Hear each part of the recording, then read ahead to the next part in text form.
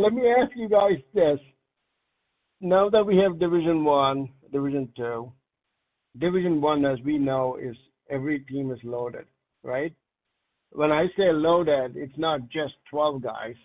You have 14, 15 guys who can come in and change the game at any given time. The challenge, of course, for the captain is to pick the 12, right? That's the only number of players you can pick. Luckily, there are guys who play hardball, blah blah blah. They're not available. That typically is not an issue during the regular season. But what happens during playoffs, right? How do you go about? And this is for both you guys. You guys are captains, right? Or ex-captain, Imti. Or yeah. So how do you guys go about? Forget about the regular season. You have all your roster available, right? How do you guys go about picking your 12? And this is a loaded question. The second part of that question is, how do you communicate to the others that are not going to make the 12? Imti, you want to go first? Yeah, well, again, like the easy answer for this is I am not in that situation anymore from the last couple of years. But you were last year or whatever it was, right? So what was your thought process? Tell me.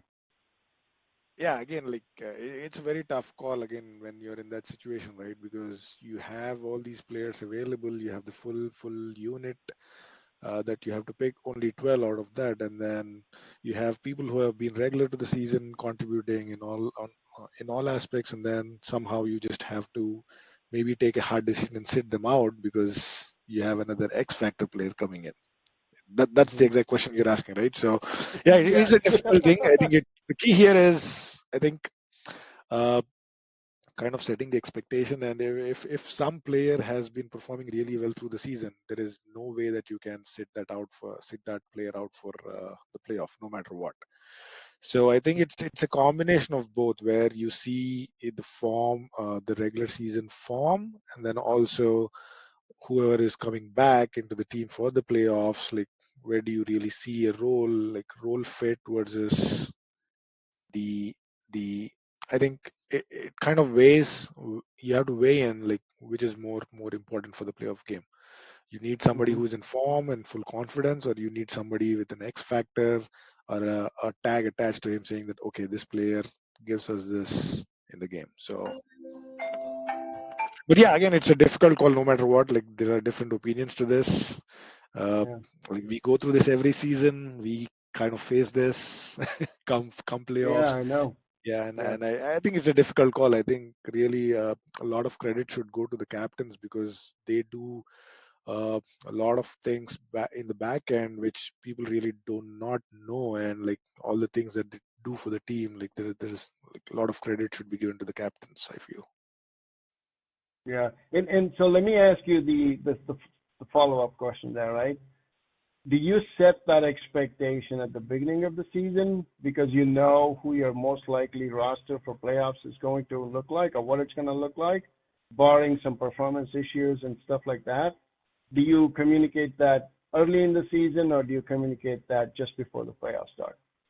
No, again, like once we start the season, right? I think there is a clear communication that goes out saying that okay, we are here to win the championship, and obviously we'll only be able to do that when everybody steps up and performs, right? So you cannot just expect one or two players to perform all the games and then win the championship. So obviously the performance has to be there, and if performance is there, definitely that speaks and that earns him a spot in the team, right? So if you're not performing and still expecting to play for the playoffs when you have a good lineup already available, then that is where I think a lot of these issues creep in. So Yeah. No, I mean I agree. I think you need to set that expectation up front because you don't want to. This is my personal opinion, right? yeah, again, I don't think there is a set. Yeah, there is a set thing that's saying that these players are playoff players and this is what the team will look like for playoffs. Definitely no, because at the beginning of the season, I think everybody starting afresh, so everybody has to prove. And obviously, some players are only able to play a few games. So again, we can only measure them for those games, right? We cannot like compare them with somebody who's playing all the 12 games for just somebody who's playing just 3 or 4 games for the qualification process and has that X factor attached to him. So then that is the real hard decision that you got to take in the playoff. I think, do you really go with somebody who's there for the 12 games and performed versus the X factor player? So Yeah, yeah, I agree. Venu, what do you think? What do you do? How do you go about this? First of all, Pradip, I'd say thanks for asking this question. I don't Yeah. think captains are given enough credit on team management. To be honest, when I was just a team member, right, I used to think that captains just work on the field, not off the field. But I have a complete different image now on how Yeah. captains work. It's those Thursdays and Fridays the captains start building the team for the Saturday game, which is a lot more work than actually on the ground. Yeah, so the first thing on a humorous end, I'd say, is you just hope that you have 12 or 13 people available, but others are not available because of conflicts, um, Yeah. so that you don't have to deal with telling people that sorry, you're not part of the team. Yeah. But yeah, jokes aside, uh, to be honest, the way I look at it is trying to find the right combination, right? So if you look at the league games, right, you obviously want to make sure you have given enough opportunities to all the people in the team. And I think when you see a person, you understand what they're good in, what they're mediocre in. So Yeah. those league games kind of help you build that image of, yeah, as a captain, I think that this guy will fit into this situation. So it's trying to kind of create stories of what that person can do and come in the league, come in the playoff game, right? I think it's all about stitching those pieces together to make sure your team is one solid team. It can be a combination of people in form, it can be a combination of X factor, but at the end, it's that combination which gets a team back in, right? I still feel like people in form should be given more opportunities than the X factor, because the X factor players might not be in touch, might not have played the same ball game before, whatever the reason is. So it's all about finding the right combination. And on the flip side, right, say suppose you have 15 to 17 players who are available for the playoffs, who are excited to play the playoffs, but cricket being cricket, you only can allow 11 or 12 people on the field, right? I personally feel like at the level of cricket we play, people are matured enough to understand that the captain is going to do what's right for the team, but not think of it from a personal end. That's great boost for the captain themselves, but that kind of helps the team build by themselves, right? Versus having those egoistic clashes, which kind of screw up the team and cause more issues. But overall, I think it's a complete team effort versus just saying the captain runs the show. It's all about how different people communicate within the team and their expectations being met. So it's a combination of making things are being done at the right time. So it's definitely tricky managing people in the playoffs, but yeah, it just has to go with the flow. You can't predetermine that these 12 players are going to play the playoffs without even playing one league game. It's just going to be a building process. Yeah. Thank you for sharing that, Venu. I like what you said there. And then you are really lucky if you have 15 guys who will not be upset, whose egos won't be crushed if you don't play them for whatever the reasons are, right? Being a captain, that's a hard decision you have to make. And regardless of which team it is, at the end of the day, you're always going to have a disappointed guy because he wants to play, he wants to contribute. Yep. Maybe you don't see the responsibility, but at the end of the day, you want, what is the ultimate goal of playing in DCL with any team, right? You chose to play in a certain team. What is the ultimate goal? I think, to me personally, that's winning the cup, right?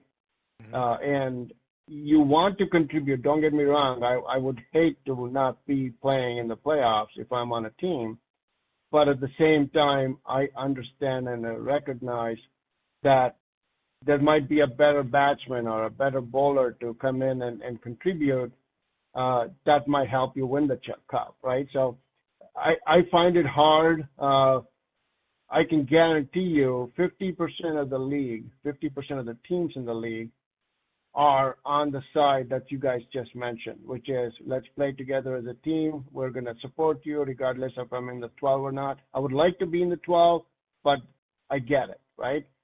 It's the other 50% that you see that things don't work out. There's personal agendas going on. But anyway, so now we're gonna take another 10 minutes on this topic because I have a couple of more follow-up questions on this. Now that you identified the 12, right? You have the 12. You have a fully loaded team. All 12 of you guys can bat. And there are a few batsmen who can play opening, who can play one down, but they have a personal preference, right? I want to open the inning. I want to come one down, but you have multiple choices to make, right? You're lucky that you have a great talent pool to pick from. How do you communicate that, hey, here's my guy, he's going to open, you are not going to get that chance, but I think you can contribute in number 2 or number 3 or number 4, right? How do you communicate that? Have you come across this situation before? 1. 2 is when you have come across these types of situations, what was your method of communication to that guy who's going to be pissed because he's somebody else is taking his spot, right? How do you communicate that? So to answer your question, have I come across such situations? I'd say multiple times, unfortunately. Yeah. How do I communicate this? So this is something I personally practice. I don't want to surprise the player saying that the player who has opened before, you are going to go 3 down, 4 down, whatever the different order is, right? I hate doing that. It's a shock to the player as well as the entire team. So making sure that the player understands what's required from the team has to be done 1 or 2 days prior, right? It cannot be done on the field. So that's number 1. And obviously, when you have a person who is used to or prefers opening, but is being asked to go 3 down, 4 down, there's definitely going to be those human tendencies that I don't like this, but you just have to give examples. You just have to talk about it from a team standpoint, right? It's not an individual game; it's a team game. So again, it's all about convincing them. I wouldn't want to say convincing as well, because if you start convincing a person, it might go 2 ways, but it's just talking about what's right for the team, right? If you talk about this is what I'm doing for you, that's a very wrong way of how you want to lead a team. But talking about what's right for the team is how it has to be looked into. That's great, Venu. Thank you for sharing that. Imti, what do you think? Yeah, I kind of concur with what Venu said. But before that, I somehow feel all your questions are intended towards stars. Somehow. No, well, let's keep going and then we'll talk. So keeping that aside, I think like what Venu said, I think definitely communication is the key in such kind of situations. And again, like the nature of the league itself is such that where you like it's not like international level where you have a 15 squad and you kind of most of the teams like just play the winning combination every game. That doesn't happen in DCL, right? So you always have 1 or 2 or 3 players changing for every game, right? Because of the availability or whatever issues, right? So there is no set lineup or set fixed order most of the time. So unless you have a core team of 7, 8 members that are regular in the games, then you can kind of build on it. But then you'll always have a situation where somebody comes into the team and then he wants to open the batting or play in the top 3, but then you don't have a spot. You obviously have to fit him. If he has to play, then you have to fit him, right? Then that is where I think you need to talk to all these 3 or 4 guys involved and say, okay, this is the situation. This is what the captain is thinking or the team is thinking, and I think this is better for the team. So that communication is key, basically. And I think most of the time it is easy to convince players, and then I think giving. I personally feel that giving a more steady kind of lineup to the regular players is beneficial in the long run, because you know that you know that these core players, 7-8 players, will be there available for all the games. Then you have a fixed plan around them, and then all these players who come in and play only few games, then they can play around and rotate in that missing gaps or spots. Yeah, no, thank you for sharing that, Imti. And Imti, let me just say this. It feels like we're focused on you, but let me tell you this. Every team in DCL is facing this challenge, right? No, I know. I was just It's kidding not, about that. So I know. everybody will feel the So, same thing when you ask the question. Yes. exactly. So my point from my whole purpose of this discussion is having, I know you guys, Imti, you were an ex-captain, but Venu is the captain right now. Getting that perspective from a captain is important, and I can guarantee you the whole purpose is every captain in DCL is probably dealing with this issue. Is there a way that we can take away some of that pain? You know what I mean? It's like, hey, listen, I heard from this guy, he's having the same issue. I heard from Venu, he's having the same issue. I feel now better being a captain, right? I'm like, okay, I'm not pissing people off. Listen, at the end of the day, communication is the key. Here's what I would do, right? I asked you these questions, but now I'm gonna tell you what I think. I would set the expectation at the beginning of the season, which is, guys, we're a star-studded team. Everybody can bat, everybody can bowl. Ultimately, the goal is to get to the playoffs, from the playoffs to win the championship, right? Number two is whoever performs well, whoever gives me the commitment during the regular season is who I would personally prefer to play in the playoffs because they've shown that commitment to my team, right? Because, yeah, I get it, the hard ball and all the other stuff, but you have to make a decision. Yes, there are X factor players in the, you're absolutely right, that you cannot ignore because they can make a big difference. But you give that room, you have a placeholder, if you want to call it that, 2 to 3 guys, the X factors, right? They're going to come in and play. But whoever performs well during the course of the season I'm going to tell you that you're going to most likely make my playoff team. The second thing I would do is I would look at, the matchups, right? If I'm playing stars or if I'm playing KRCC, what are their strengths? Or how many good bowlers they have? If I have 5 good bowlers that I'm going to face, obviously I need to find a balance on my side, bringing in good batsmen, good technically sound batsmen to play against stars, for example. And that also means that, all-rounders would be preferred because I want to have the option to bowl as well. So, and I would explain this to the team. It's like, hey, look, if you're not making my 12, I most likely don't have a role for you this particular game against stars.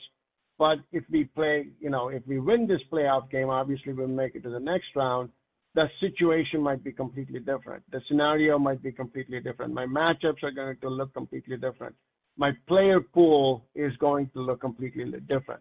So that's what I would do. But the challenge, obviously, it's easier said than done. For the captain, it's important to communicate that to his players and set that expectation and let people know, look, here's what we're going to do. Here's the plan. And we're going to stick with the plan. You may agree, you may not agree. The second thing is I would say, look, I want you guys a part of the team because you give us the best chance for us to win. Whether you play this game or not, maybe not, I don't know. But you guys put together as a team gives me the best chance to win. This game, next game, whatever the game that might be. So you all have provided me the time. I respect that. But our goal, not my goal, our goal, to Venu's point, is to win the cup.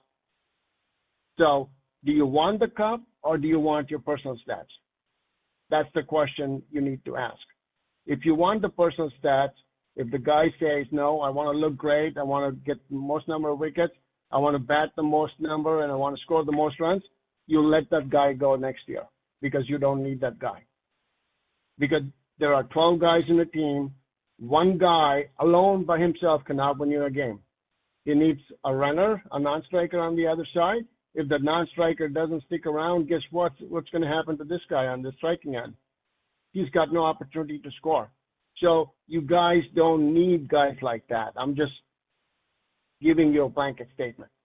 Okay? All right, now I'm done. I'm going to get off my soapbox.